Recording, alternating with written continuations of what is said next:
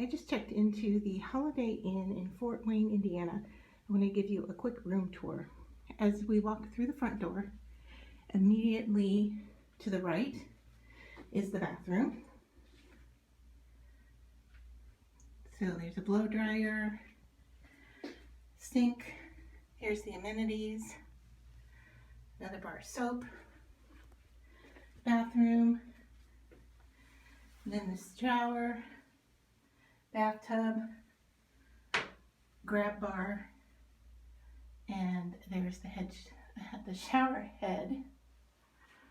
And then as we go into the room, there's another mirror and a closet, a rather small closet, but it does have a luggage rack, ironing board, hangers, and an iron.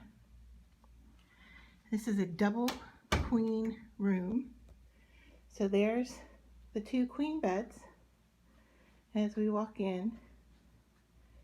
And then there's a small desk area with two chairs. It's at night and I've got all the lights on that are available.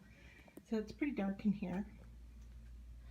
And then we have a Keurig for coffee making, a mini refrigerator, which you can barely see because it's so dark,